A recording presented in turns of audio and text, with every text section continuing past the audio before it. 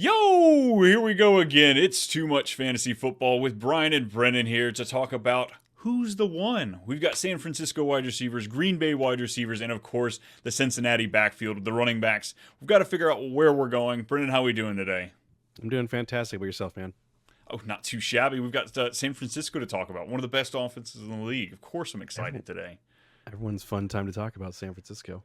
Absolutely, and their number one wide receiver, Ricky Pearsall. No, too much. I know, I get it. It's May. We won't go there, but we've got a handful of guys here, and the folks want to know who is the number one in this offense.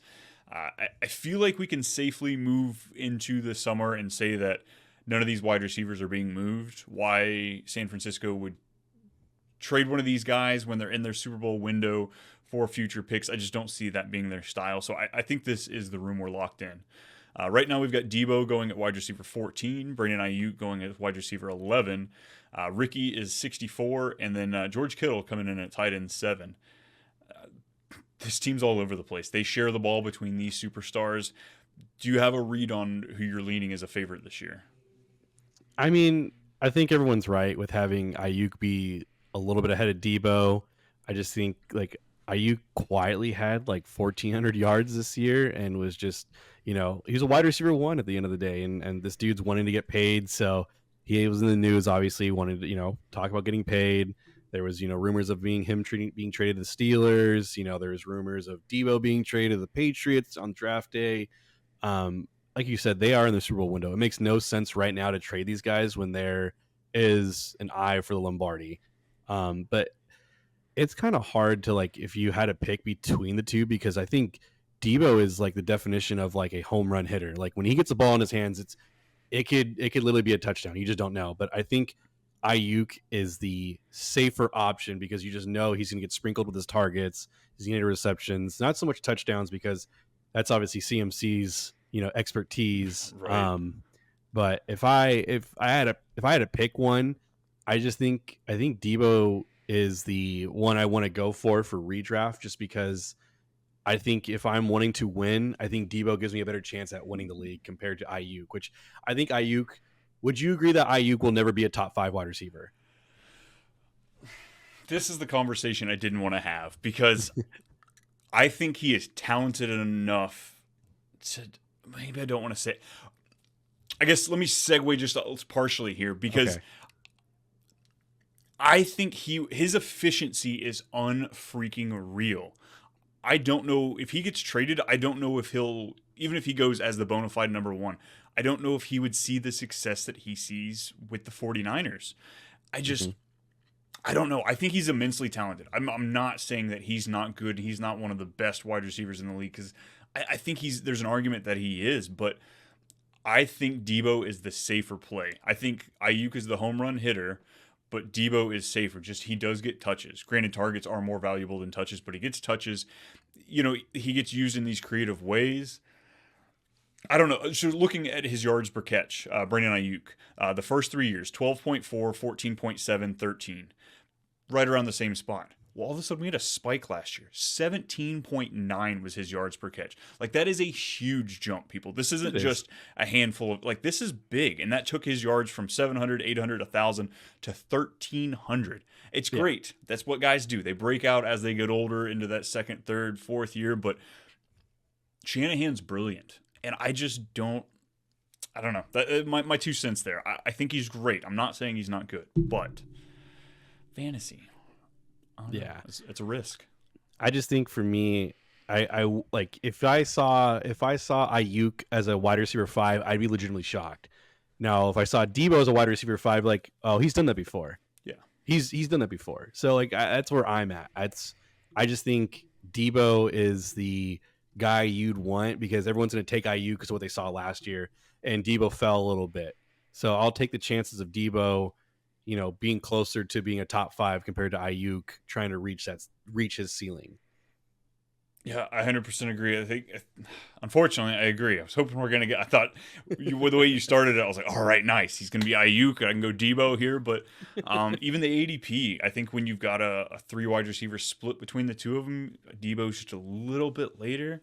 It's interesting. So looking at the target share last year, Aiyuk was the the breadwinner, like the big guy there. He had 22.3% target share. CMC at 17, Deebo at 18, Kittle at 19. So not a huge disparity between those guys. No. We had 11% target share vacated, so Ricky Pearsall is going to fit in right there. Hopefully we do get a double-digit target share from the guy. Hopefully something close to 15, but I don't know. Give me George Kittle. Where are you at on this guy? Tight end 7. We were just talking about Evan Ingram in our last episode. I think he's got the boom compared to Evan Ingram's consistency. Yeah, he's very much boom bust like every week, I feel like, I mean, if you just go through each week, I mean, like, 3 targets, and then he has 9 targets against the Giants, which leads to 7 receptions. Then he has 1 target, 4 targets, 2 targets, and then 7, and then 11, and then 4. Not like it's too sporadic to where like I don't like that, and so I got him last year in a couple of redrafts really late because everyone's kind of out on him, and I just was like, it's George Kittle, like I'm not going to take him out of my lineup just because I know it's going to happen, but like Shanahan has no problem just using him as straight as a run blocker for the entire game. And so I think if I'm swinging for upside, Kittle doesn't have that upside anymore just because there's so much talent on this team and he doesn't need to be the focal point. And Kittle's older than I realized. He's over 30. Yeah. I'm saying that in my early 30s myself, but for NFL wise, that's why I'm not playing in the NFL right now. I'm over 30.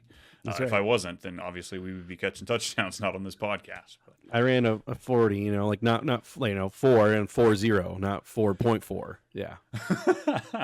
Yeah, I ran 40 yards one time. Mm-hmm. I almost finished. Exactly. Almost finished. Awesome. CMC, he is going as the RB1. I think he could be anywhere in the top 3, but he's going to get his. Yeah, I mean, he's the reason. I mean, you're taking him 1 overall in redraft leagues, regardless. I think he's just the epitome of like, you obviously you're going to get out of him 1,000 yards in rushing, 1,000 yards in receiving, and you're perfectly happy. Double-digit touchdowns, average exactly 1 a game. God, it was greatness. Yeah, I mean, if he had like a 17-week stretch of touchdowns, where like if you put $100 on it, you would have won like $30,000. Something crazy like that. It was like 15 weeks because I finally got into it like week 13, and I put a decent sized one. The week he doesn't hit it. But that's not what we're here to talk about. No, it's not. Okay, I was very upset. But it's okay. It's okay. We're fine. We're moving on. We ready to go to Green Bay? We are. All right, because talk about a wide receiver room. This one has me tilting. Yeah. We've got what would be third-year wide receivers, Christian Watson and Romeo Doubs. Flashes from both. Second-year wide receivers in Dontavian Wicks and Jaden Reed. And they weren't even going to get to the 2 tight ends they took last year because these 4 wide receivers have my head spinning. Where are we going? Last year we had Doubs at 17% target share, Reed at 16%, Wicks at 10%, Watson at 9%. Watson missed some games. He's supposed to go see a hamstring specialist. I hope that helps because Cooper Kupp should see the same person, I guess. But out of these people, this is I think if I had to pick a wide receiver group to really avoid, I mean, I'm sure Packers fans have their guys who they like. They're like, oh, I'm a Wicks believer, or I'm a Dobbs believer.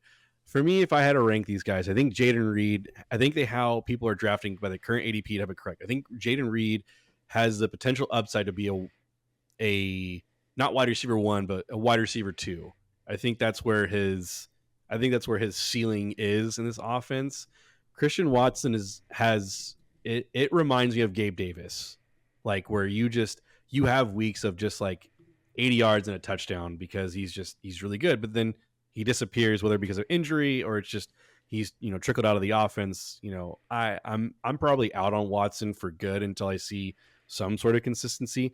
But there are some like true like Dontavian Wicks believers out there, and like I guess I can kind of see it. But Romeo Doubs out of all these guys is like he's the Christian Kirk out of this. I feel like he's just a very safe floor. There's no real high ceiling out of him. I think he's gonna get decent targets. So he might be peppered in a PPR machine kind of a guy. But out of all these guys, I think everyone has it correct. I think Jaden Reed is the guy I'd want out of all 4. I'm going to say Christian Watson. You are a Christian Watson believer. So I am.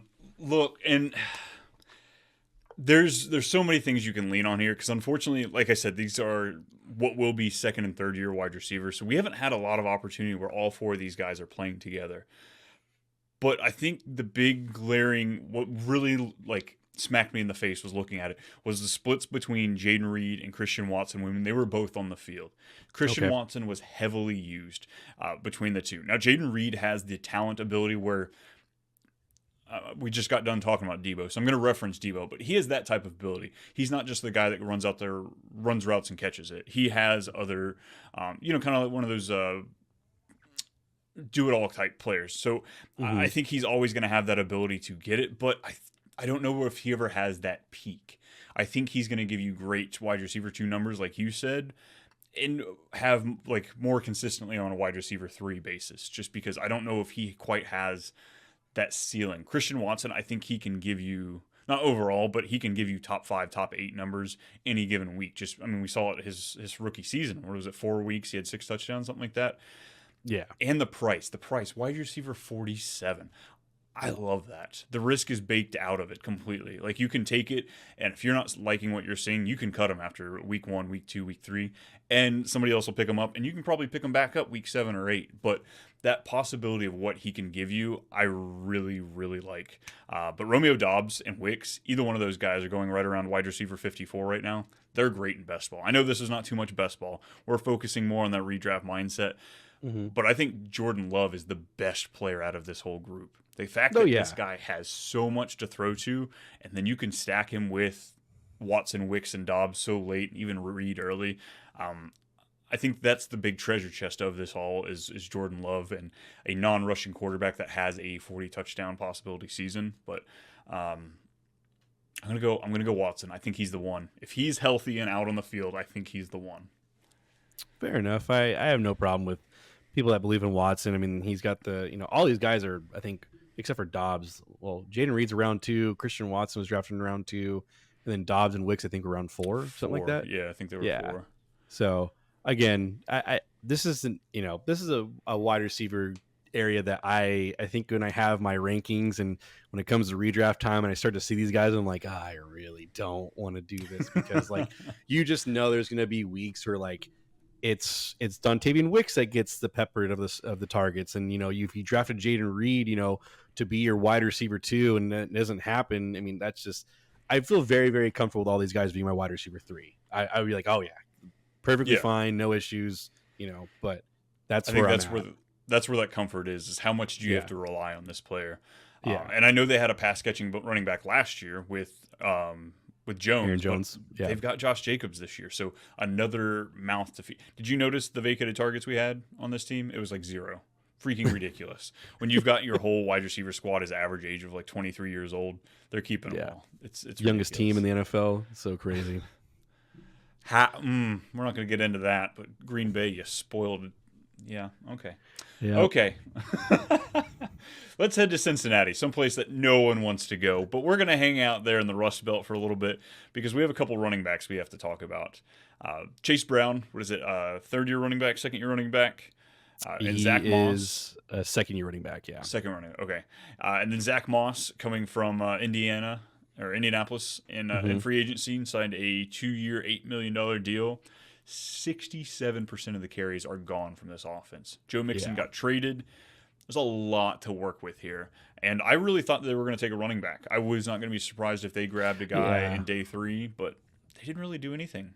So, yeah, it was kind of like everyone thought, like, for sure, like, Dallas, Cincy, Los Angeles, the Chargers were going to, take, like a day 2 running back, and it just didn't happen. So, but Dallas grabbed one though, right?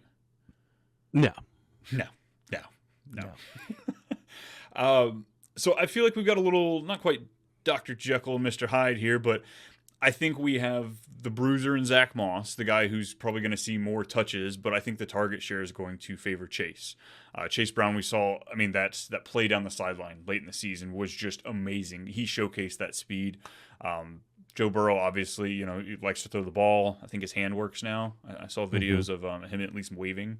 He didn't throw a ball, but I saw him waving. Do you have a favorite right now going into these two, or just like? I guess you I guess you take Zach Moss because obviously they signed him to a fairly sizable contract, but Chase Brown's numbers aren't like, I wouldn't say terrible. He did get some receiving work. Let's see. After week 13, that's when he started to see the field. He went 9 for 61 week 13 and 8 for 25. But then again, the 3 for 80 yards for receiving against us in Indianapolis. There's a lot of hype for this guy. They do like him a lot. Me personally, though, I think Zach Moss is the guy that everyone's going to want to own. But I wouldn't be surprised if this becomes like a 65-35 backfield with Chase Brown being featured as a third down, because Zach Moss is not a pass catcher. So I think not a good one. PPR wise, I'd lean towards Brown, and then half point, I'd lean towards Moss. I'd agree. I like that. And we saw last year, Zach Moss can handle a workload for, Yes. he can be the number one for the running back. He's obviously not a top 12 as far as talent wise, but he can do something with the workload. He was more than fine with Indianapolis last year before JT came back. So I believe, wasn't he a top 5, top 6 back for a good chunk of that? Yeah, he was. I mean, he was, and he had like, I think after the Baltimore game, he was like almost leading the league in like yards. It was pretty crazy. Yeah, it's not, I mean, the money's not quite there. Like we said, 4 years, $8 million.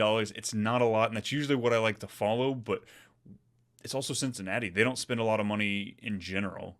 You know, like they had to break the bank. It's a blank check they had to write to Joe Burrow, and I bet that bad boy would bounce if they actually had to go spend it. So, nothing against, out there in Cincinnati, but come on, this isn't, it's not Indianapolis, not where the real money comes in. Yeah. From, all that money in Indy. Yeah, lots of it. I think we're pretty consensus though. Zach Moss is, and he's going at running back 30. Chase Brown's going at 36. So you're not really getting a huge discount if you're going for that later guy at 36. I'm kind of surprised that they're that close. Like I figured like Zach Moss would be like closer to like the late 20s. Like there are some Chase Brown believers out there. I'm personally not one of them, but I think if I had a draft, purposely just for redraft purposes, I think Zach Moss I'd be pretty happy again as my running back too. So, or flex, whatever you want to put it. I think the hardest part with Zach Moss is I don't forget. I forget a lot, but not everything. And I remember watching him play for the first 3 years in Buffalo. Yeah, everyone remembers that. He was not good. That's why, everyone's like, yeah, he's terrible. And then all of a sudden for us, I mean, that could be towards Shane Steichen, opening up things for him, but who knows? But again, I just wouldn't be surprised if this is like he comes in for the first 2 and then Chase Brown comes in for the third down. So I see it. So we're locked in with Zach Moss. That's our favorite. Yeah. Awesome. Well, anything else with Cincinnati before we shut down for the day? I got nothing. Nobody wants to talk about Cincinnati. We're moving on. Sorry, Cincinnati folks. I know you're not out there. We see the numbers. You're not subscribing. Would you do a little bit more subscribing and liking, Cincinnati fans, and maybe we'll talk better about you. It's going to get me hate. I know it is. Don't worry, Joe. Don't worry, Cincy. I'm a big Joe Burrow believer. Don't worry. That makes one of us. Whoa! He's all right.